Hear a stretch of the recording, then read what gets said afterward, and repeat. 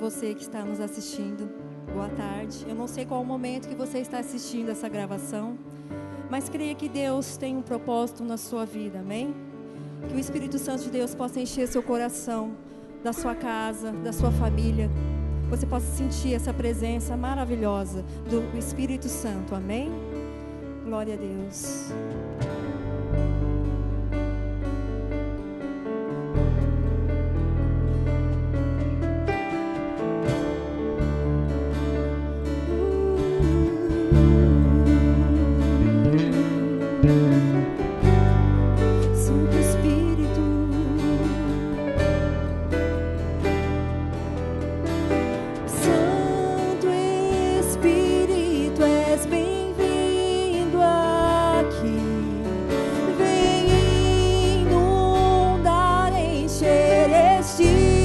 Lugar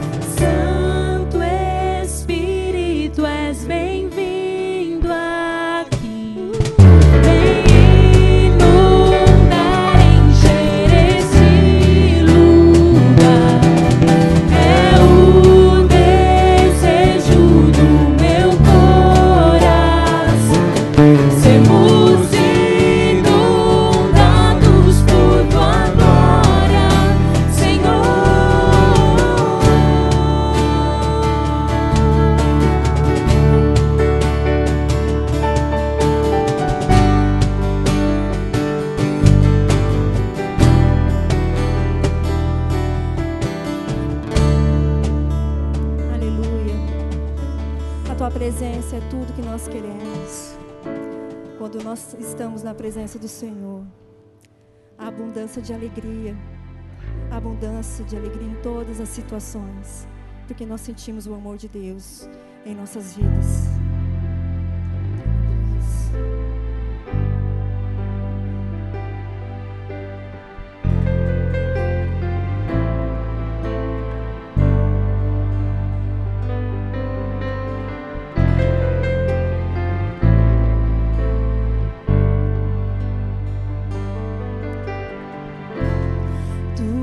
Tudo que eu mais quero,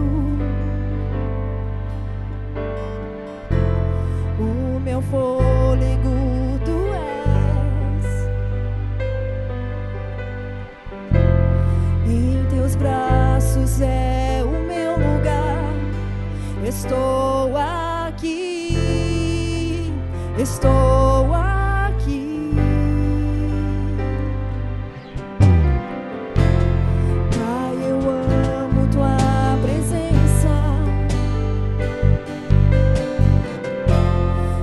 Sorriso é vida em mim. Eu seguro em tuas mãos, confio em ti, confio em ti. Quero ir mais fundo, leva-me mais perto, onde eu te no lugar secreto, aos teus pés me rendo, pois a tua glória eu quero ver. Eu quero ver.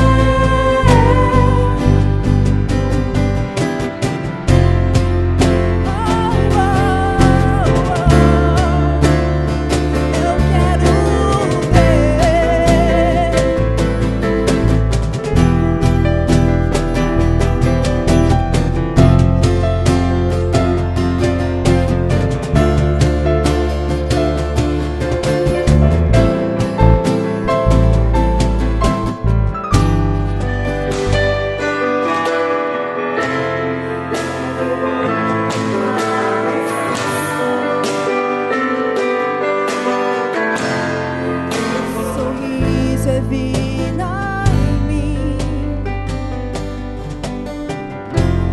Eu seguro em tuas mãos, confio em ti, confio em ti. Quero ir mais fundo, leva-me mais perto, onde eu te encontro, no lugar secreto, aos teus pés me rendo, pois a tua glória eu quero ver.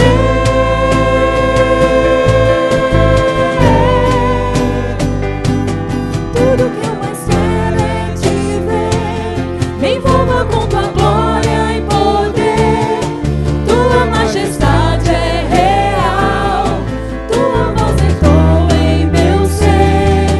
Tudo que eu mais quero é te ver, me envolva com tua glória e poder. Tua majestade é real, tua voz entrou em meu ser.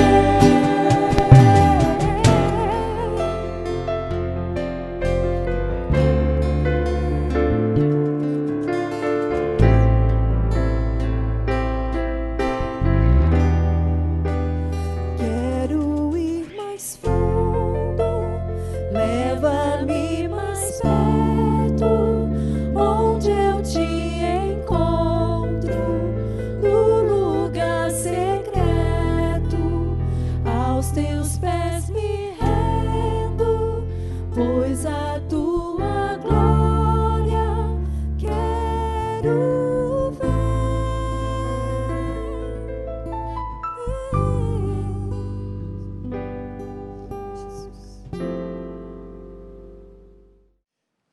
Oremos, Senhor, graças te damos por esta manhã.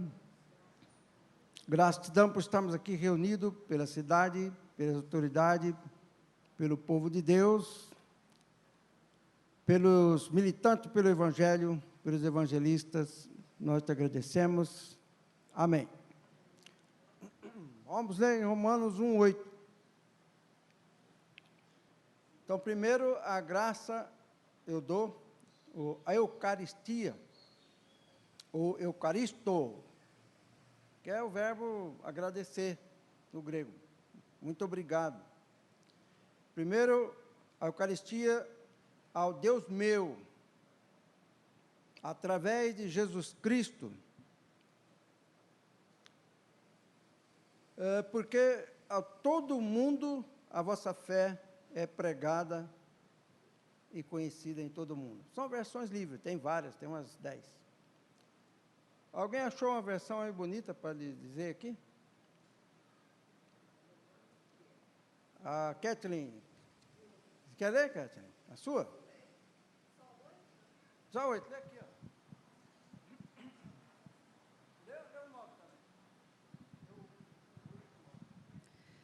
Primeiramente, dou graças a meu Deus, mediante Jesus Cristo, no tocante a vós, porque em todo o mundo é proclamada a vossa fé.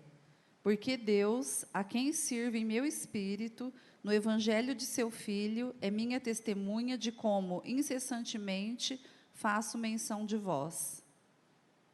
Amém? Muito bem, então, irmão, está aí, Romanos 1:8.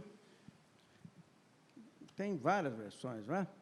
Antigamente se discutia muitas versões, essa aqui é isso, aquilo, outro, é tudo a mesma coisa. Ninguém se preocupa com isso. Não existe nenhum perigo nas versões modernas, atualizadas, a linguagem de hoje. A linguagem de hoje é meio pobre o vocabulário, só isso, o resto é sempre bom ter uma Bíblia mais ortodoxa, mais tradicional. A versão, a linguagem de hoje tende a ser muito popular. Quando é popular demais, aí fica uma linguagem tão pobre, os verbos muito simplificados, tira, às vezes, a importância da Escritura Sagrada. Muito bem. Glória a Deus. Agora aqui, olha, eu queria comentar com você, podemos sentar. Quem quiser ficar de pé, porque a gente fica tanto tempo sentado, né? Mas quem quiser, não tem ninguém. A primeira coisa que Paulo diz é que ele procura ver o que é mais importante na hora que ele vai fazer a carta. Quando a gente olha o que alguém escreve, não se olha tanto quem é Paulo, mas o que é que ele estava pensando, se é possível chegar lá. Dar esse salto no passado, e olhar lá, chegar perto de Paulo, e escutar, observar o jeito, que rosto que ele fez quando ele escreveu isso, não é? Essa transcendência da imaginação, quando você lê livros, quando você lê qualquer livro, especialmente romance, você cria todos os personagens, todos os rostos possíveis, você cria, não é? Vamos olhar, então, para Paulo, e como ele escreveu isso. Por que ele achou que isso tinha que vir primeiro? Primeiro eu dou graças, Eucaristo, ao Deus meu. Ele estava dando graças num culto interior, como leu o nosso irmão, no versículo 9, ao Deus que eu sirvo no meu espírito.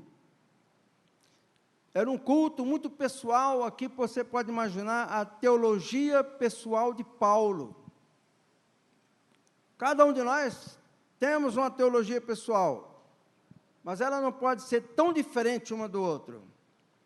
Ela tem que ser aproximadamente 100% semelhante, ainda que tenha vários tipos de linguagem, mas a teologia pessoal não pode ser muito diferente dentro do cristianismo.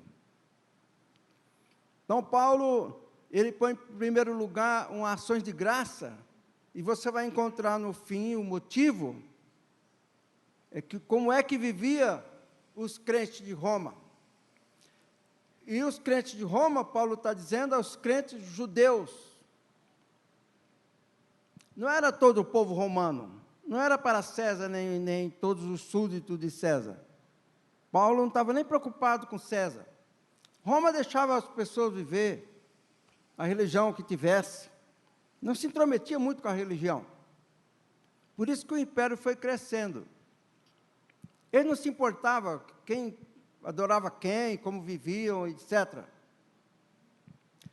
Eles passaram a se incomodar com a religião cristã, porque a religião cristã proclamava Jesus é o Senhor, o Cristo vive. Isso tinha implicações, porque Senhor era só César.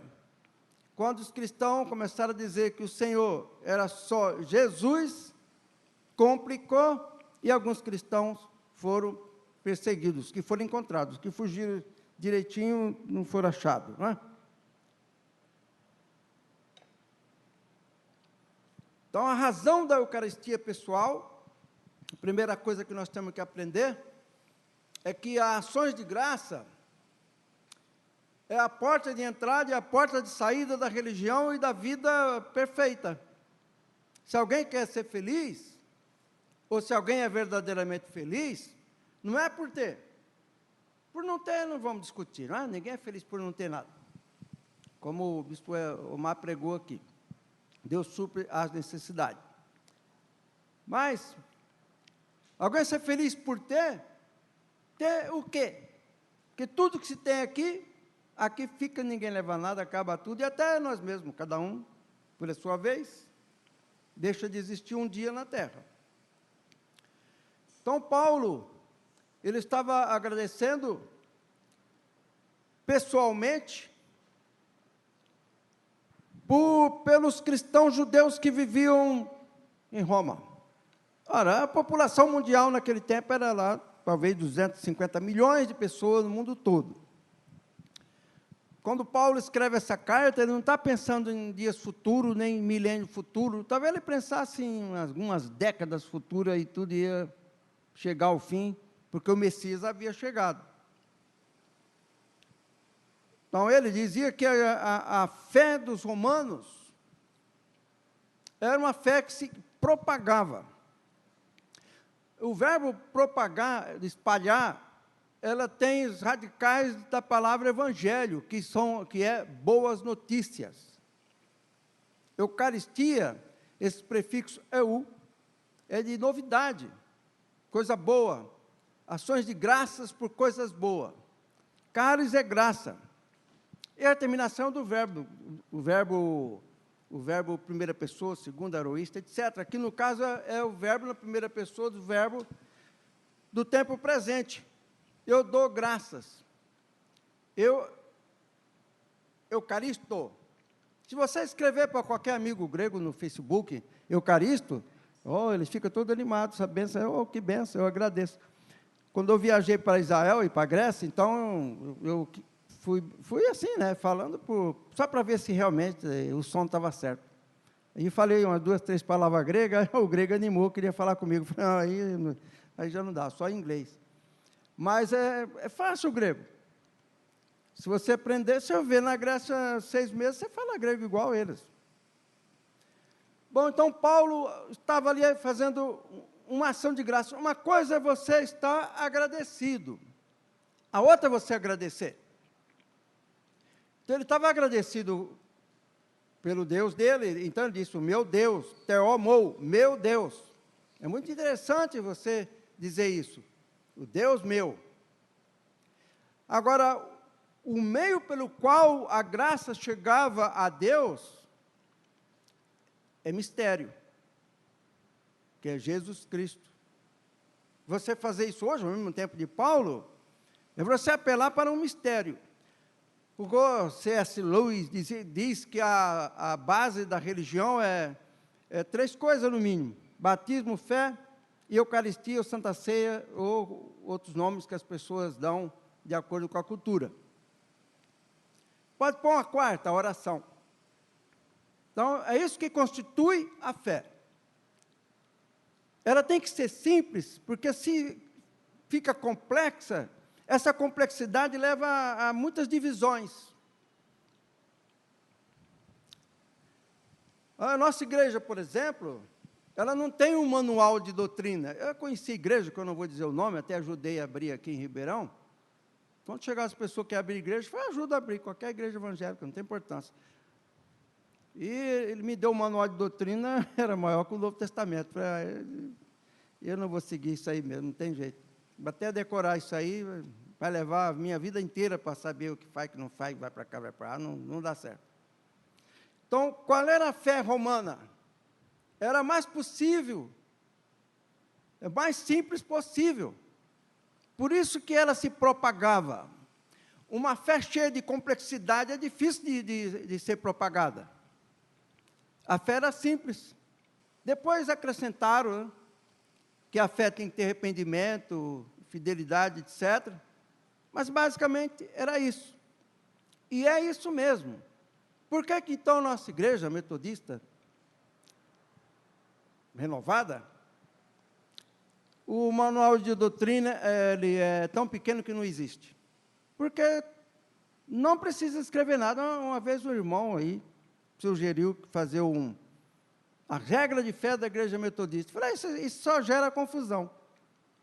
Você pega a regra de fé da Assembleia do Batista Primeiro, do Batista Renovado, Adventista da Esperança, regra de fé de uma infinidade de denominação, cada um querendo ser diferente do outro, cada um querendo ser mais perfeito do que o outro na regra de fé que identifica a verdadeira religião, deixa a pessoa perdida.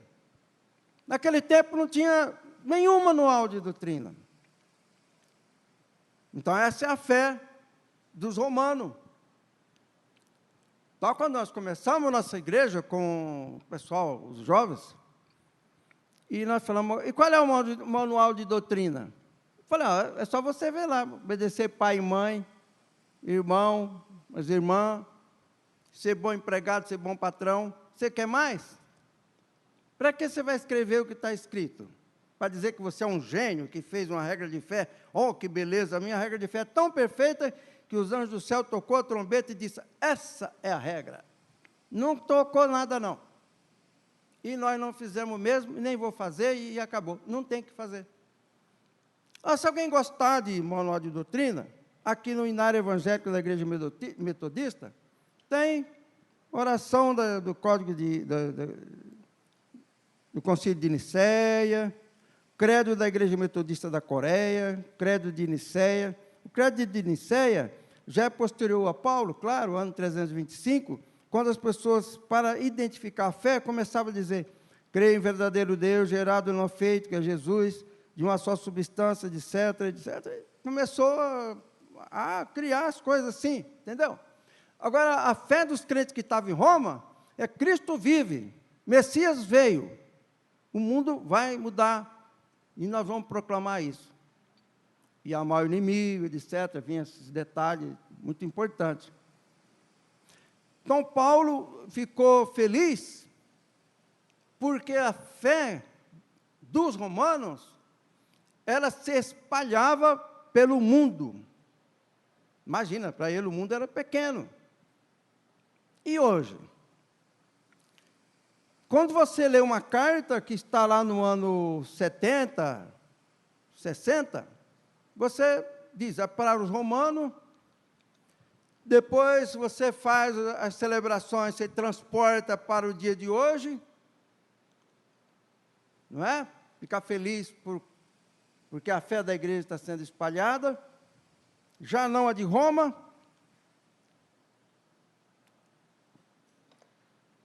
Aí você tem que transcender e estar em Roma, transcender e ser o crente romano, e transcender, ser um propagador dessa fé. Senão você tem uma leitura parada no espaço, no tempo, para você olhar, fazer uma teologia muito bonita, mas que ela não produz nada, produz muito pouco. Quer dizer, a fé dos romanos, que é a nossa fé, ela tem que ser propagada para que possa produzir alegria em alguém, reciprocamente. Se a nossa fé não está sendo espalhada como era a fé dos romanos, então, ela é fraca. Hoje o que as pessoas têm mais dificuldade é saber como é que a fé pode ser propagada numa época como a nossa. Tem coisa mais fácil do que isso? Só no Facebook, por aí, você propaga imensamente. O único detalhe, que é um detalhe paulino, porque Paulo estava falando com a pessoal da comunidade dele, não é? Ele estava escrevendo para os judeus cristãos que estavam em Roma. E talvez algum gentil que se converteu estava por ali. Ele não estava escrevendo para o Estado de Roma, implícito ao imperador. Ele nem sonhava de fazer isso. E nem sonhava que o mundo ia chegar a 7 bilhões de almas. Imagina se ele pensasse isso, hein? Ele ia ficar desesperado. Ia passar uma semana sem dormir. E como é que ele ia fazer isso? Mas tudo evoluiu. Então, você pode fazer a propagação da fé pura e simples. Uma fé simples. Você pode fazer isso. Se faz de diversas formas. Para você não se sentir uma pessoa, olha, a tendência hoje do cristão, como ele fica pensando, como é que eu vou propagar a fé? E para quê? E o que significa isso hoje? Então, as pessoas, às vezes, inventam até coisa. Por exemplo, aquelas notícias que saem assim, né? Subreptícia, escondidinha. Eu ouvi dizer que já apareceu o anticristo por aí. Até no meu tempo, tinha umas pessoas que falavam isso. Já nasceu. Eu não estou nem aí se ele já nasceu. Eu tenho que pregar o evangelho. Se ele nasceu, nasceu o problema dele. O que eu tenho? Daí? O que faz o anticristo? Ele nasceu. Ele é o presidente da OMS lá, amigo do Xi Jinping. Problema dele. Eu vou continuar pregando. Acabou. Deixa ele para lá. Então, as pessoas criam probleminhas evangélicos. Sempre houve, hein? No livro, o texto e a mensagem, tem lá quase 100 seitas. 90% nasce da segunda vinda de Cristo. Né? Começa a pensar na segunda vinda de Cristo, aí começa a inventar coisas, e vira uma bagunça. Das seitas que existiram, muitas já acabaram. Então, por que razão eu vou fazer? E como é que eu vou fazer isso? Olha que é fácil pela internet, porque você fala de primo para primo, não é mesmo? Então, não tem nada. Até hoje, eu nunca vi ninguém que tenha me procurado no Facebook, ou no Zap, seja onde for, que não fosse crente. É sempre crente que fala com um problema, com outro, às vezes em particular, resolve uma coisa, resolve outra, etc. Que eu me lembro, nenhum incrédulo, até hoje, nenhum sequer me perguntou nada. E não perguntou para nenhum de vocês também. Olha como é difícil. É fácil falar para os primos, mas é difícil falar para uma pessoa que diga assim, muito bem, eu realmente estou balançando na fé. Então, quando Paulo diz essa sua mensagem, ele fala num contexto do primeiro século. Era uma coisa. Quando essa carta de Paulo se transforma em evangelho, que não era, a carta de Paulo não escreveu aos romanos, dizendo assim, essa carta que eu estou escrevendo para vocês, você junta aí com os evangelhos de Marcos, Mateus, João e Lucas, que é para fazer parte da Bíblia. Ele nem sonhava com isso. E ele não fez para virar a Bíblia isso aqui, ele fez para os crentes. Virou o Novo Testamento. Torna-se canônico, dentro da medida do padrão da igreja. Entendeu? Por isso que muita coisa que você está fazendo é o livro de Atos. O livro de Atos não acabou. De forma que hoje nós procuramos edificar formar, como Paulo, os discípulos ajudaram Apolo, colocou ele mais nas novidades daquele primeiro século, ressurreição, etc. Paulo fez um ajuste na teologia. É isso que nós fazemos hoje. Olha, eu faço assim, porque eu gostaria, se alguém quiser falar como é que você faz o evangelismo dia a dia, que corresponda àquilo evangelizar, me fala. Veja como é difícil. Pensa, como é que faz? Eu acho difícil, sinceramente eu acho difícil. Então, eu procuro abrir caminhos, possibilidades, ideias, coisas, um jeito. Às vezes, não sei se a pessoa é crente, se não é, abre uma conversa, uma dedicação de um livro, alguma mensagem assim, conversa e tal. E, às vezes, a gente vê a expressão da pessoa, olha, que maravilha, que coisa boa, que eu estou precisando. É mais ou menos isso aí. Porque, senão, fica difícil de fazer. Eu escrevi por um texto dizendo que, se você for procurar uma pessoa que ainda não aceitou Jesus no Brasil, eu tenho que ir no Amazonas, procurar na tribo do Xingu lá, né? Procurar um índio que não sabe falar português, e tentar traduzir para falar para ele, e ele, quem sabe, né? Então ele nunca ouviu. Fora essa hipótese, eu vou perguntar para vocês, quem não ouviu? Olha, se você sair nessa rua e perguntar, todo mundo ouviu. O que está bêbado na rua, e tem muita gente que está assim na rua, dormindo na rua, que é cristão que abandonou a fé, viu? Muitos deles. E você pergunta para eles, eles falam, Jesus? Olha, qualquer coisa que você fizer no sinaleiro e tal, vê a resposta que dá essas pessoas que estão na rua. O que eles falam? Deus te abençoe. Às vezes fala até shalom. Deus te abençoe, Deus te proteja, shalom. Porque todos eles sabem de Jesus. Billy Graham, há 20 anos atrás ou mais, dizia que o evangelho já foi proclamado. Não tem como você, não precisa mais você alugar um campo de futebol para anunciar o evangelho da salvação. Por que você vai fazer isso? Aí teu irmão falou assim, mas o pecado não dorme. Mas não tem nada a ver com o pecado você anunciar o evangelho. Por exemplo, se você anunciou o evangelho, a pessoa aceitou Jesus.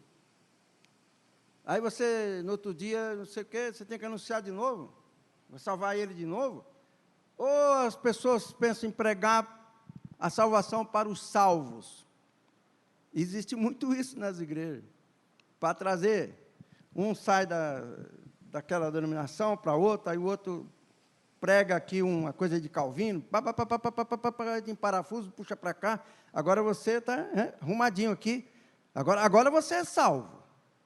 Aí tem aquele outro lá que acredita no 7º dia, que é para descansar, aí você aí ele muda, aí você traz ele para cá e fala, mais um salvo. Será que ele não era salvo? Só porque ele guardava o sábado? Não é? Para Paulo, guardar o sábado para o Senhor, ao Senhor ele agrada, não tem nada que criar caso com ele. Porque cortou a ponta do cabelo, eu trago ele para cá para não cortar a ponta do cabelo. Quem é que disse que isso é salvação? Isso não é nada. Isso é troca de lugares. Então, muitas igrejas pregam para tirar um membro do outro, mas nada, isso aí está cheio aqui em Ribeirão Preto. Por isso que é difícil pregar o evangelho. Então, anunciar o evangelho, a pessoa tem que anunciar o evangelho. Anunciar o evangelho, eu fiz um seminário na igreja, estudava inglês no seminário. E o pastor dizia que a pessoa é crente, hoje, tá? Eu sou cristão. Pequei, estou perdido, vou para o inferno. Aí, arrependi, aí estou salvo, vou para o céu. Aí fui ali, não sei o quê, apareceu o sinal vermelho. Ixi, agora eu vou para o inferno. Arrependi, agora eu vou para o céu. Isso deixa a pessoa louca. Teve gente no tempo de João Wesley, pregando a volta de Jesus, entrou no meio do mato, gritando, rasgando a roupa. Crente. Ficou doido. Então, anunciar o evangelho hoje Às vezes, um católico está salvo. Você acredita? Eu acredito. Não tem essa dúvida, não. Agora, tem gente que você vê que está meio esquisita. Aí você tem que fazer o discipulado. Isso sim se faz hoje. Proclamação, que nem fez Billy Graham, e Caio Fábio, e tanta gente em campo, que eu ajudei até a organizar aqui, no mundo todo. E agora, com a televisão e a internet, todo mundo ouve. Lá na China, todo mundo ouve. Ele sabe de Jesus. Ele sabe o que é igreja. Xi Jinping quer nomear os bispos na China, e o Papa está sem saber o que fazer. Quem vai nomear é o Xi Jinping, bispo comunista. Existe uma deteriorização do pensamento evangélico cristão nas lideranças. A pessoa está corrompida. Isso precisa de discipulado. Nomear um bispo com a anuência do Xi Jinping, que é isso? É bispo comunista, como tem aqui no Brasil. Lula ia terminar nomeando os bispos aqui no Brasil, sabia? Que ele era a pessoa mais perfeita do mundo, o Papa já ungiu ele, não sei o quê, tal, aquela coisa. Você acha que ele não ia fazer isso? É lógico que ia fazer. Porque é partido único, religião única, tudo ali, um com Marx, não com Cristo. Vocês pensam que ele não ia fazer isso? Ia parar ali, ia parar só na cartilha gay? O PT ia avançar em toda a porcaria que Karl Marx pensou. Pode acreditar. Ia mesmo. Então, está aí. Precisa fazer discípulo. Que é o que os marxistas faziam. Copiaram do Evangelho. Fazia células. Não é? Formava a cabeça da pessoa. Nós temos que fazer discípulo. Quem pensar que proclamar, especialmente quem fazer proclamação na internet, toda pregação na internet alcança os próprios crentes, de todo mundo. Essa mesma aqui, os irmãos que vão ouvir, para poder saber o que está acontecendo. Porque eu estou pregando para que a pessoa saiba o que está acontecendo. Eu não vou pregar aqui, creia em Jesus Cristo e será salvo. Todo mundo sabe disso. Todo mundo. Tem até papagaio que canta hino na internet. Já vi. Antonieta falava que tinha um que cantava. Agora, porque eu acredito que, olha, ser salvo, a fé no começo, é crer em Jesus para ser salvo, só pode ser católico. Olha, eu com Morragudo, muitos anos atrás, olha, vai orar por tal pessoa, que ela é católica, ela vai morrer. Uma mocinha de 23 anos, 24 anos. Mas ela dizem que contraiu, né? Ninguém sabe como, ela estava doente, morrendo. Eu falei, eu vou ver. Eles insistiram muito. Eu falei, tá bom, eu vou lá, ué. O que ela é? Parece que é católica. Eu fui. Cheguei lá, ela me recebeu. Sentou numa cadeira, saiu da cama, sentou na cadeira. Eu falei, eu cheguei para irmã, como você se sente? O que você acha de Jesus? Ela falou, Jesus é meu Salvador, eu acredito nele, ele é meu Salvador. Muito bem, sua fé é igual a minha, você é minha irmã. Deus te abençoe. Eu sabia que ela morria, ela estava morrendo. Falei, depois voltei e falei, eu fui lá orar pela minha irmã, eu não fui lá pedir para ela mexer com a religião dela, não. Ela falou, de Jesus, chega. Se ela acredita que Maria é mãe de Deus, tá bom, Lutero também acreditava. E daí? Lutero acreditava. Ele disse assim, olha, o que nascer dela é divino, logo ela é mãe do divino. Mãe do divino é mãe de Deus. Raciocínio lógico de Lutero, se P, então Q. Se é filho de Deus, Deus é. É raciocínio lógico de Lutero. Falei, olha, eu fui lá orar por ela, ela é salva. Por que eu tinha que insultar uma pessoa que está morrendo, que disse que crê em Jesus? Tenha paciência. Olha, quando eu fui orar pela mãe do José Aimar, no hospital, e falou, olha, está partindo. Falou, tá bom, então. Ele disse, olha só, vai lá que pregar para ela crer no último dia. Na casa deles tinha um santo do tamanho de uma porta, quase, lá dentro da sala. Ah, mas eu não dava bola para aquilo, não. Aí eu fui lá. Cheguei lá, uma senhora deitada, morrendo, né? Falei, então, irmã, está em paz com Deus, com Jesus? Estou em paz com Deus, com Jesus. Eu não sei se eu dei a Santa Ceia, se eu batizei ela. Falei, tá, amém, tá bom. Tá bom, quando cheguei lá, falei, olha, pode subir lá, despedir, que ela está partindo mesmo. Foram lá, despediram, acabou. Quem sou eu para julgar essas coisas? Você, quando faz discipulado, você vai questionando, mas quando a pessoa está no último suspiro, você não tem tempo para fazer essas coisas. É uma coisa do ladrão da cruz, né? Jesus fala assim, você conhece a teologia da predestinação? O ladrão diz assim, esse Calvino ainda não vi ele, não. Então, você precisa conversar com ele primeiro, acertar essa sua fé aí, para depois, aí, quem sabe eu te encontro no paraíso. Jesus disse, que o ladrão nem orou, coitado, ele só disse, lembra-te de mim quando entrar no paraíso. Mas que bela oração. Se você olhar para essa oração, ela tem conteúdo. Lembra-te de mim. Quem? Jesus. Quando entrar no paraíso, quem é que entra no paraíso? Só o divino. Ele estava confessando tudo. Simples, é uma confissão muito simples. Ele estava resolvido o problema dele. Jesus disse, está certo. Então, nós precisamos observar essa questão quando Paulo escreve aos romanos, e nós nos transportarmos para Roma, e lemos ali como romano, naquele contexto do primeiro século, que o Messias está vindo, o Messias já veio, e agora as coisas vão mudar, e quando eles viajavam, porque ela era espalhada pelo cosmo, porque eles entravam em navios, e aquelas estradas de Roma iam para lá, iam para cá, e um encontrava o outro, dizia, o Messias do judeu veio. Veio? Quem era? Jesus, e ele ressuscitou. A pessoa acreditava. Ninguém viu, só alguns viram, e a pessoa acreditava. E isso era propagação da fé. Num mundo como hoje, que Paulo nem imaginou, de 7 bilhões e 700 mil habitantes, cada um tem que fazer discípulo, em todos os lugares, contatos, em todos os lugares, de todas as formas possíveis.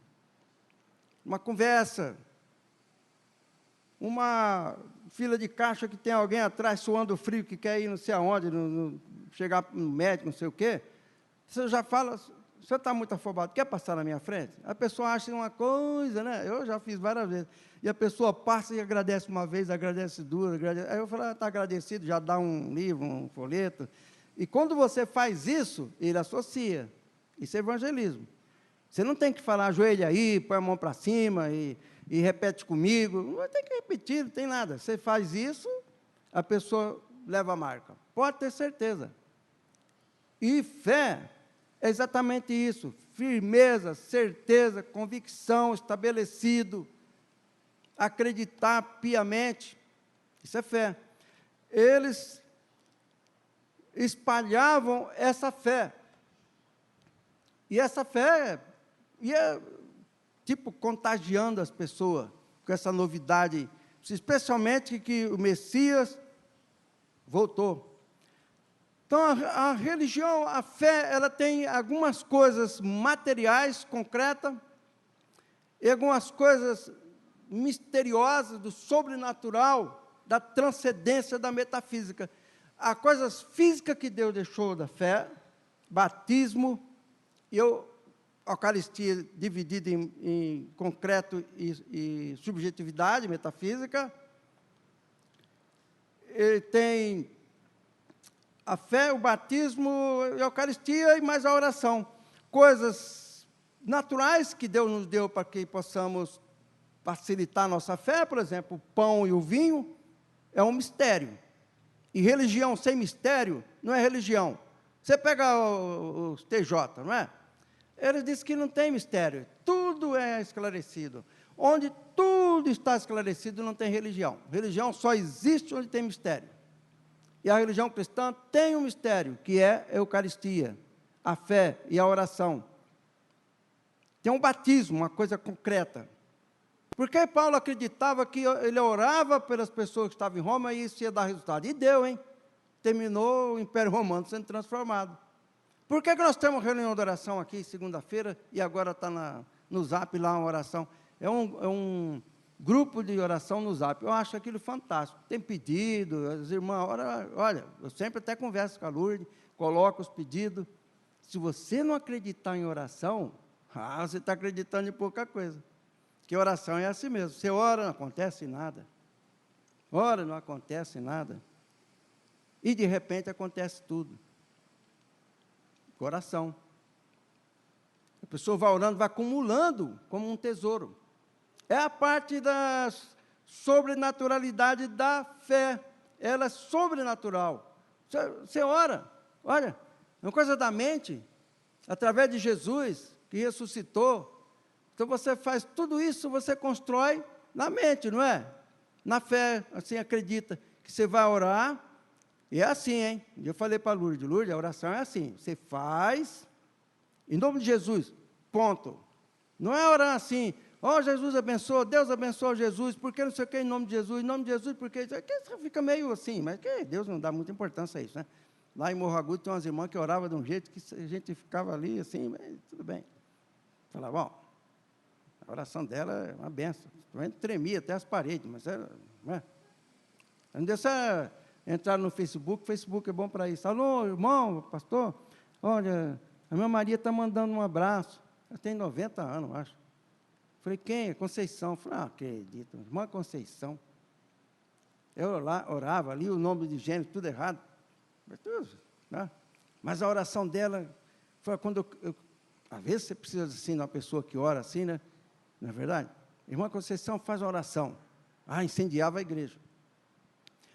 Então, isso aqui é a religião. Batismo, fé, Eucaristia, coisa natural, concreta, coisa sobrenatural, que nem Eucaristia, você acredita que o pão é o corpo de Cristo. Isso é transcendência, isso é mistério. O vinho é o sangue de Cristo. Quem que disse isso? Quem prova isso? Ninguém, isso é mistério. E Jesus disse isso, então não interessa, é mistério e é verdade porque Jesus disse. Batismo, coisa concreta. Oração, coisa sobrenatural. Mas quem não acreditar em oração, como é que pode ser crente? Eu recomendo que vocês participem desse grupo de oração. Já que está no Zap mesmo, olha, é legal. Todo dia, segunda-feira, eu vejo elas conversando lá. Agora eu falei, coloca os pedidos. Colocam. E vai orando. Amém? Bem, a conclusão é que cada um de nós estamos em Roma e somos romanos, para anunciar para todo mundo hoje, um mundo colossal, não é? É muita gente, que não dá para ficar pensando que nem muitos grupinhos, quem vai para o céu é só aquela comunidade X, Y, Z, só aquela lá. E fica até querendo converter os outros, converter assembleianos, mas fica uma briga entre crentes. Não, nós somos todos cristãos, Jesus é um só. Hoje fazemos isso na rede social é fácil, mas você tem que, é na rua que você encontra essas pessoas, para espalhar o Evangelho. E Paulo mostrou uma coisa, para ser feliz, a pessoa só é feliz mesmo quando ele conhece a Jesus, porque ele tem aquela certeza de além túmulo, para que todo mundo vai para o túmulo, e o corpo tem corpo, sabe lá onde está. Aqui em Ribeirão, por exemplo, eu falava para os irmãos fazer discípulos, será que você eventualmente não respira pozinho de cadáveres? De cemitério que era aqui de indígena, por aí, tudo aqui, quando levanta poeiras, será que não tem ali poeira de cadáveres? Eu acredito que tem. Pó espalhado, cemitério sobre cemitério, corpo que virou pó, vira poeira. Então, a fé que Jesus deixou é essa, que além dessa situação, há a ressurreição.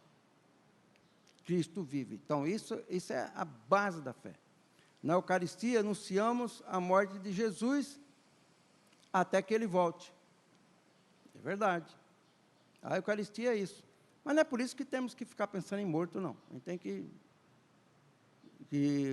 aquele Paul Yong-Cho dizia que Deus ama mais a vida do que a morte. Quer dizer, nós temos que celebrar mais a vida, é evidente. E agir todo o tempo. A vida só vale a pena ser vivida, que era a discussão do Alberto Camus, quer dizer, a vida vale a pena ser vivida. Ela só vale a pena se eu tiver propósito vinculado ao Evangelho. Porque os vínculos à coisa temporal, ele vai acabar mesmo. Não tem jeito. Mas, se você usar o temporal para atingir o sobrenatural e a eternidade, você pode fazer isso. Você verá que Jesus falou àquele homem rico, para ajuntar tesouro para conquistar os amigos para a eternidade. E ele fazia amigo para a eternidade. Aqueles muitos judeus que tinha gente em filmes, que nem Ben-Hur, fila para receber isso, receber aquilo, ajudando, fazendo. Você tem que estar a vida toda fazendo isso, ajudando, propagando, enfim, sendo um romano ativo, um propagador da fé, uma vez dada aos santos. Fé. Qual era a fé do romano? Era essa, básica. A fé do judeu que estava em Roma, simples. Depois aos gentios foram apresentados isso mesmo. Gentio, de alguma forma, nas suas religiões, no seu paganismo, esperava um Aquiles, uma divindade que vinha para acertar as coisas. Então, eles chegavam e falavam, esse ser sobrenatural que você espera, já veio lá em Israel, morreu e ressuscitou. E eles foram ver. Lucas era um curioso que viajou para Israel para descobrir, você sabia? Ele foi lá para ver o que aconteceu. E ele chegou, escreveu para um protetor dele, e foi estudando, foi vendo para mandar para um historiador, Teófilo. Ele verificando. Ele deve ter conversado com Maria, com Madalena, com essa, com aquela. E Lucas, que é um evangelista grego, ele pegou, fez um relato, porque ele estava curioso de saber quem era o Messias que veio. Virou Lucas, o Evangelho de Lucas. Amém? Temos que ser Lucas também. Pai, no nome de Jesus eu te dou graça, Senhor, por esse pão, nós cremos que ele é o teu corpo, Pai, que ele venha trazer cura para as nossas vidas nesta manhã, Senhor. Estamos felizes de poder estar aqui, Senhor, em nome de Jesus. Amém.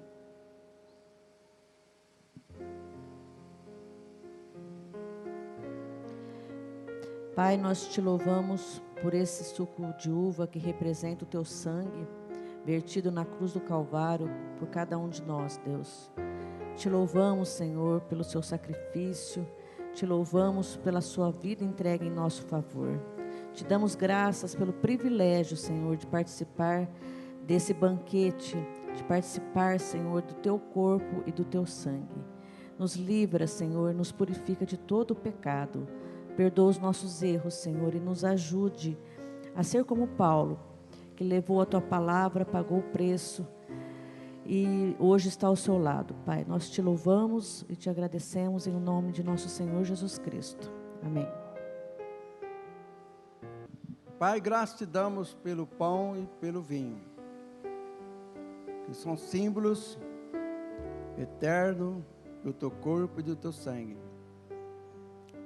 cuja participação, ó Deus, fortalece a toda a igreja. Nós te louvamos pelos irmãos reunidos que participaram e que, ao receberem estes elementos, sintam a alegria, aquela alegria do primeiro amor, da salvação, e a alegria da vida eterna, que nos é dada agora e sempre.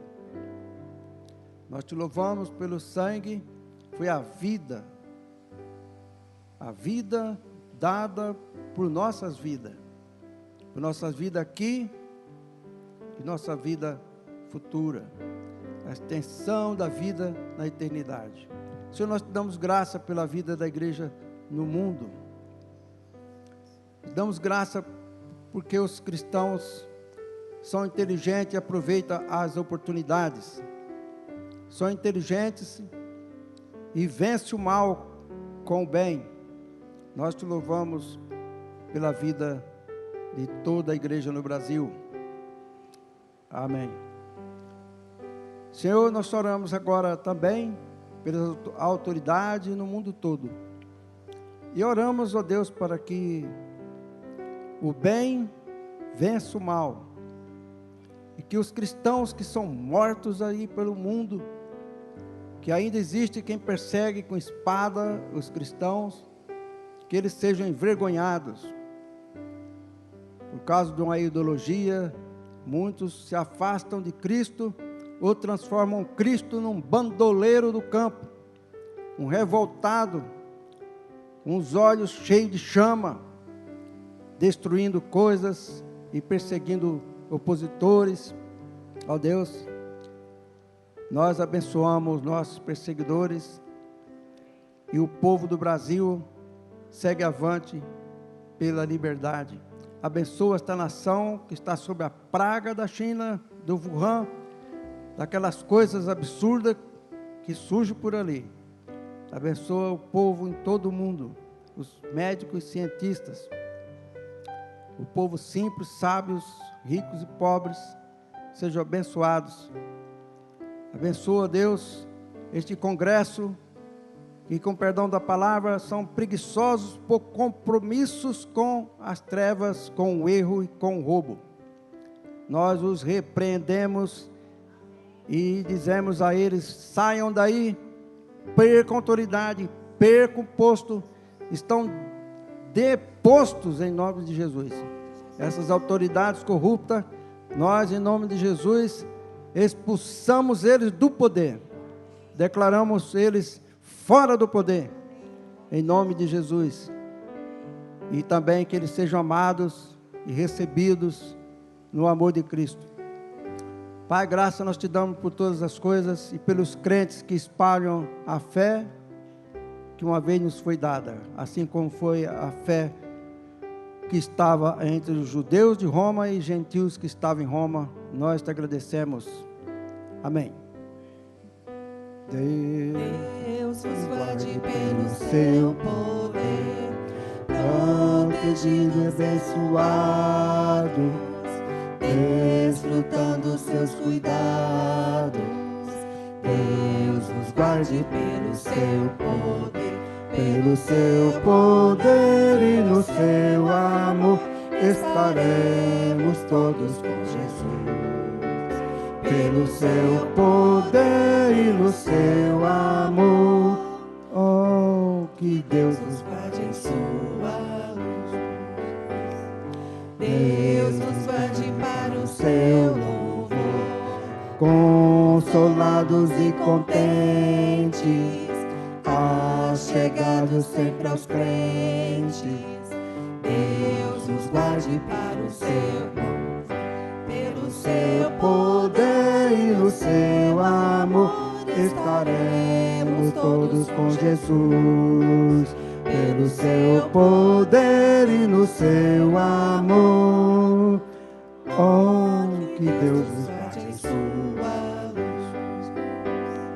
Deus nos guarde bem no seu amor, no trabalho glorioso, para o dia venturoso. Deus nos guarde bem no seu amor, pelo seu poder e no seu amor estaremos todos com Jesus. Pelo seu poder e no seu amor, oh, que Deus nos guarde em sua